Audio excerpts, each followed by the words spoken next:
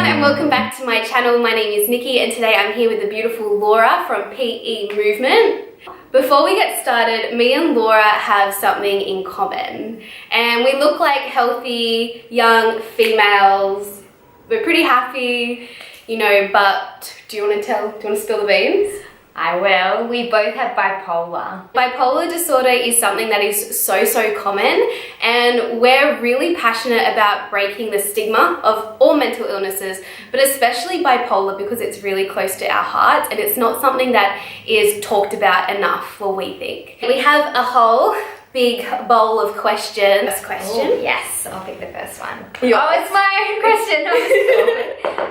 Are you thankful for having a mental illness and do you find it limits you? I always say that I have been so grateful for this mental illness. I've only recently in the last 8 months accepted the diagnosis fully, and ever since then I feel like this massive healing has come from it, and I literally feel like bipolar is mine to own in this lifetime, and I'm so grateful for it. It's taught me so much about myself and other people. My diagnosis doesn't set any actual boundaries. I'm the same as you. So I've found that I've learnt so much from having a mental illness. I've learnt so much about myself and other people and how to just live life. And I feel like I wouldn't have that knowledge if I didn't have a mental illness, because I would have gone through life not really understanding people and how we function. And by understanding that, I feel like I've learnt so much more about myself and I'm able to make better connections with other people. We made a connection instantly. Just from sharing that one experience of having bipolar. I haven't actually met someone who's similar age than me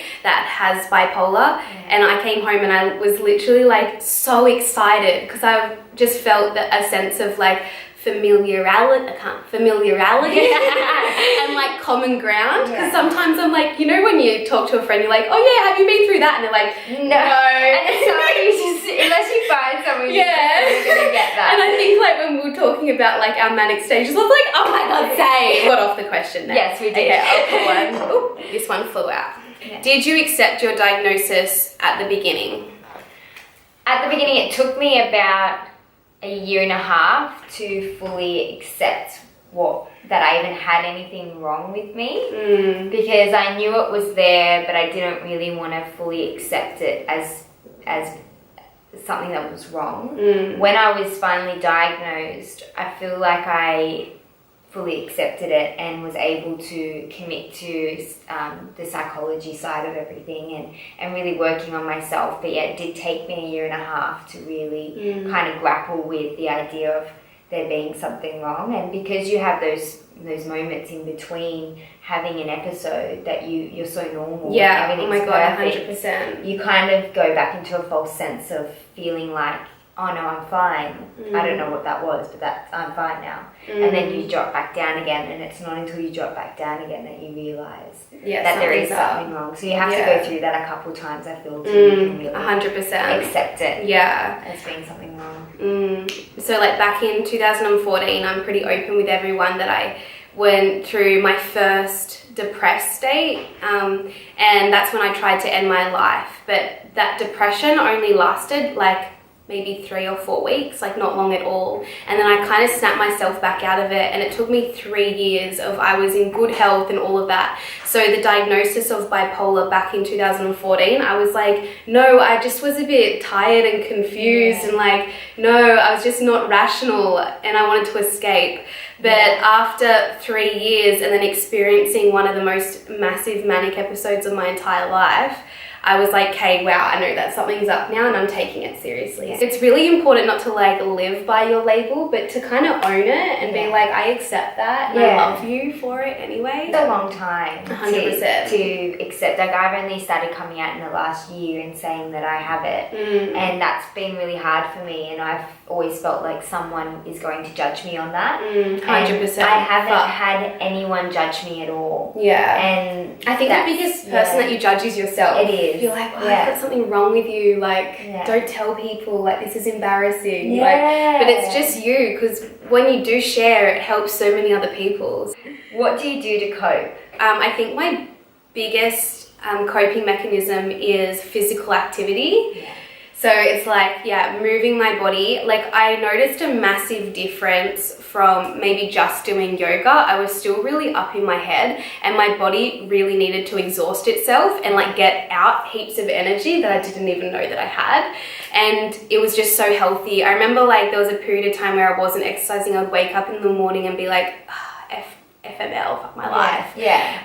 And now I go to the gym every day. I wake up and I'm like, yes, I can't wait for the day. Yeah. And I literally think it's just physical activity that's changed that. Yeah. So physical activity, family support, and like sleep, like getting enough sleep is a massive one. Yeah, definitely making sure you have enough sleep, otherwise it completely throws out my routine. But yeah, I agree with you in terms of physical exercise, and I do a lot of weight training, and unless I mix in running or some sort of cardio in with my week, I won't be able to cope properly. So you need to, like you said, exhaust yourself completely by doing some sort of physical activity where you're sweating. Yeah. You know, and you're really getting up some sweat. And that's what you do for like a living in your purpose now. It's like you're training your body, but you're training your mind as well. Yeah. What's the longest time you've been in a hypomanic or manic depressive state? So for me, I was stuck in a hypomanic state for about 3 months, and it was pretty full on, and I was working 7 days a week, and I did make the decision that normally I would do things to try and cope with it, but I kind of threw caution to the wind and was like, I'm tired of having to constantly control this, and so I kind of just thought, I'll just see how I go, and it's a lot harder to control the manic.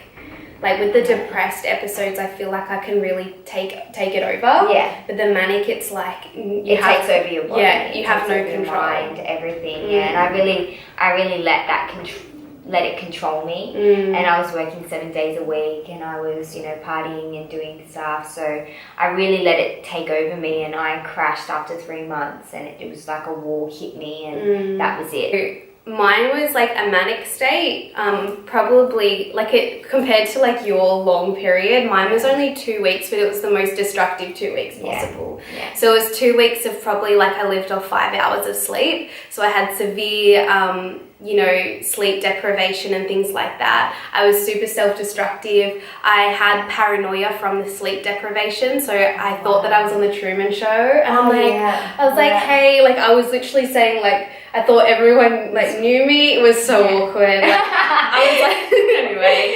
And it's good that you laugh about it now. Oh yeah, you gotta laugh. And like, I was coming up with these false sense of beliefs, and it was just the most destructive thing. But it was 2 days of like really high mania that was probably the most painful thing that I've ever had to be in. It was like my body was just screaming like, you just need to rest, but I literally couldn't. You can't. And that's the thing. That's one of the things with the symptom is that you can't sleep. So for me, I just normally just use that time to do things that I need to do, or to earn money, or to do something until you get out of it, because you just can't sleep. Doesn't matter what you do, you can't sleep, and you are really destructive if you're not busy. This is one of those. Yes. Okay. What are some of your superpowers that come with being bipolar? I'm really creative. So these are like common traits of people with bipolar, but super creative, like resilient. Like I feel that, I bounce back, and I think that's such a superpower of a mental illness is that we have the power to bounce back after such a high or such a low. Yeah. And I kind of want to like clear the air, or like the myth of like what bipolar is as well, because it's not something that people think that you're in a state of high low every day, and it's not like that at all. No, it's kind of like you have this plain level field, and then you have like different kind of milestones in your life that might be trigger points, and they're episodes. So it could be like an episode could be like one every 6 months, or like years apart. It's like everything in between. You're actually living a really healthy, sustainable life, very high functioning. To bounce back in life, 100%. That's one of the things that I found,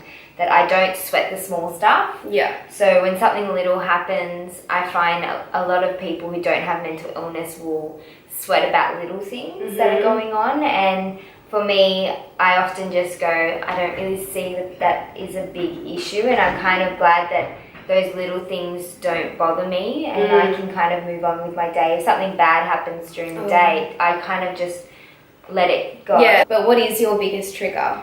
It's going to sound bad. My family's my biggest trigger. Don't watch. I love my family to bits. Love you all. But my family, if I get in a room with all my family, oh no. Yeah. Mine is sleep. So if I have a bad night's sleep, and it has to be like, you know, I literally only get like a few hours, like, and then it might be the next night same few hours, and then the next night none at all. So like sleep is the biggest trigger. I really manage my sleep, and I actually sleep like 14 hours. Like, actually, I'm glad you said that, because I didn't know that you slept that much, but I find that I need like above 8 hours to really be able to function, and people think that that's oversleeping, and I'm like, no, because I just can't function unless, and I don't feel good unless I've had a large amount of sleep. Don't worry, I had this psychic, and she was like, everyone thinks that you're crazy because you sleep so much and you have naps, but like, you need it, girl, you need it. And I was like, thank you. I'm so glad you've just given me the permission to be able to just sleep. Just sleep. You know, having medication as that backup for sleep. So I don't take sleeping tablets on a regular basis, but like if it's been 2 days and I need to get to sleep, like I need to take those precautions. I use medication if I'm finding I'm really restless and I can't get to sleep. I have used medication in order to make sure that I can sleep and sleep properly and sleep for the right amount of hours so it doesn't trigger me. When did you start recognizing something wasn't right?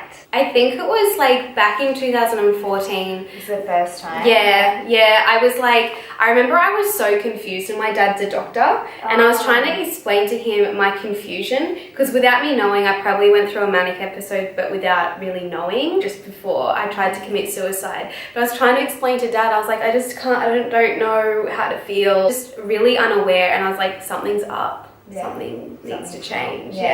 I've when I first started recognizing something was wrong was probably about 15 or 16, and I just thought I'm just not right. I just never felt like I was doing the right things, and I always felt like there was something wrong, and everyone just thought it was depression, and I was like, it's not just depression. Like I always felt like there was something else. There was something, else there, and I was really kind of glad once I was diagnosed and I did come to terms with it, because I was like, at least now I have a reason behind why I was feeling that way for so long. What is your most destructive state, manic or depressed? Definitely manic. Definitely manic. I mean, depressed, I just depressed just sucks. And just want to die in bed, essentially. I just don't want to leave bed. But manic. Like there's been times where I've lost friendships, been near losing friendships, near losing relationships as well. I have my own business as well, like so public and share so much. I think it's really noticeable when I do like go through an episode, or sometimes people just notice that I'll just leave Instagram and Facebook and social media, and they're like, what's wrong with Nikki? So it's kind of like, it feels like a little bit of pressure, because like people know what I'm all about now, but it's also like, you know, if I'm not posting, if I'm posting too much, is that a sign? Is she ill? But definitely like manic scarily is the most destructive. It's sometimes the most productive. Yeah, oh god, you have the cleanest apartment, like you get so much shit done. I read like 5 blog posts. So much energy. Yeah, like Demi Lovato also has bipolar, and she said that like one night of being in her manic state, she wrote like 7 hit songs or something ridiculous. It's very productive. If you have any other questions for me and Laura, just send us an email or write them in the comments below. Make sure you check out Laura at PE Movement. If you have bipolar, if you know someone that is suffering, just let them know about us. Check out this video. You're not alone. There are so many other people that are in the same boat with you. Speak up, speak out, and get the help, because you can join our tribe. We have many arms to hug. We do. Anyway, see you guys. See you.